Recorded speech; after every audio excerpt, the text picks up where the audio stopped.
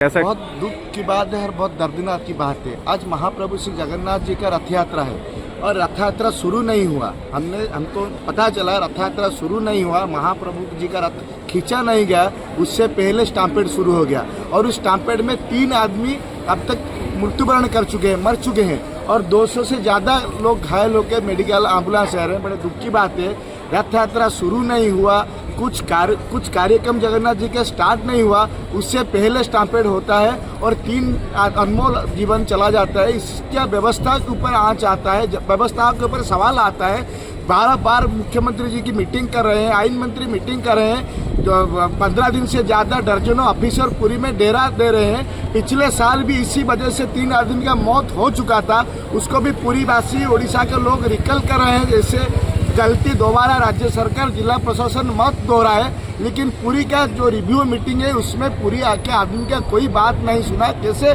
स्टाम्पेड रोका जा सकता है, कैसे लोकल आदमी का एरिया का आदमी का कोई भी सजेशन नहीं लिया, अपने आप सब ठीक हो जाएगा, सब ठीक है ऐसे बताकर जो हमने पहले से भी पता चला था। प्रशासन दुर्बल है और निश्चित कुछ अघटन घटेगा। अभी आप जिला मुख्य चिकित्सालय में हैं, यहाँ की जो अवस्था आप देख रहे हैं, इस पे क्या, इसका क्या है, इस पे क्या कहेंगे? बहुत बुरी तरह व्यवस्था है। सोशल वर्कर अगर नहीं होते तो इधर और भी 80% मरीज का ट्रीटमेंट नहीं होता। प्रशासन की तरफ से ज़्यादा से ज़्यादा डॉक्टर यहाँ अपॉइंटमेंट होना चाहिए था, ऑफिशियली स्टाफ अपॉइंटमेंट होता।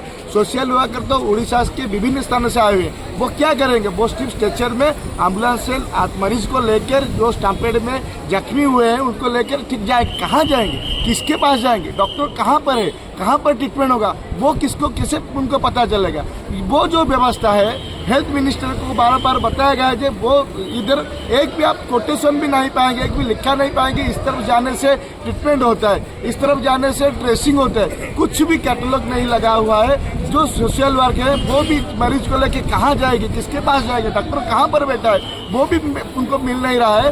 तो बड़ी बुरी तरह की मेडिकल की व्यवस्था है और उड़ीसा की जगन्नाथ धाम पुरी की मेडिकल में रथ यात्रा लाखों 20 लाख से ज़्यादा आदमी है, लेकिन प्रशासन का ये जो अवहेला, चरम अवहेला है। ये पहली बार ऐसा हुआ होगा देखने में, इतने ज़्यादा जो तादाद है। ये पहली बार देखने में मिला कि 3 आदमी रथ खींचा होने से पहले स्टाम्पेड में मर चुके हैं और 200 से ज़्यादा घायल अभी आ रहे हैं। एम्बुलेंस का लाइन लगा हुआ है, ना ठीक से ट्रीटमेंट हो पा रहा है, ना मरीज को ठीक से बेड मिल पा रहा है।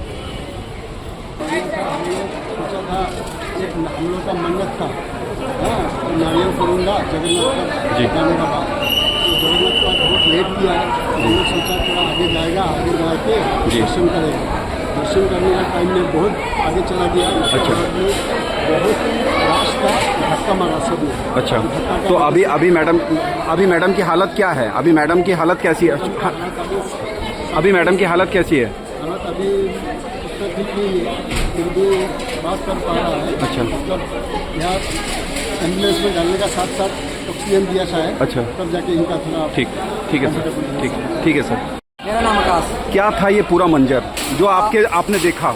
ये था कि मैं लगभग रूम से निकलता हूँ 9 से 9:30 बजे, तो मैं सोचता हूँ कि रथ यात्रा, मेरा सपना था कि मैं जाकर के रथ के रास्ते खींच मैं उसी के लिए निकलता हूँ। जिस समय बारिश बंद होती है तो सारे रास्ते बंद कर रखे थे। रास्ते की सिर्फ दूरी थी 650 से 700 मीटर मंदिर तक की, और लेकिन उसी रास्ते को घुमा करके लगभग बना दिया गया था 7.5 से 8 किलोमीटर। सारे रास्ते बंद कर रखे थे, सिर्फ एक रास्ता खोला हुआ था। तो हम लोग उसी रास्ते से जाते हैं, तो उस रास्ते से जैसे हम आगे जाते हैं 2-3 मिनट बाद वहाँ पर भगदड़ मच जाती है। तो हम लोग सोचते हैं, मैंने देखा कि एक आंटी थी, उनके साथ एक लेडीज़ बेहोश थी, तो मैं उनको बचाने के चक्कर से मैं घेराव बना कर गया था। 2 लोग मेरे बराबर, जो मैं उसी रास्ते पर, जब ये घटना घटी आपकी मदद किसी ने नहीं की? कोई पुलिस वाला, कोई अधिकारी? नहीं, मदद करने के लिए सिर्फ एक आंध्रा का लड़का आया था और उस लड़के ने मुझे कम से कम 25 से 30 बार घसीटा था, और बल्कि वहाँ पर एक पुलिस वाला भी आया था। मुझे अच्छे से माइंड में आया था, मैं उसका पैर पकड़ के जब आगे आने की कोशिश कर रहा था, उसने मेरा हाथ छोड़ा दिया, पैर मत घसीटो। उसने हाथ 2-4 बार घसीटा, मैं बाहर नहीं, इसने छोड़ दिया।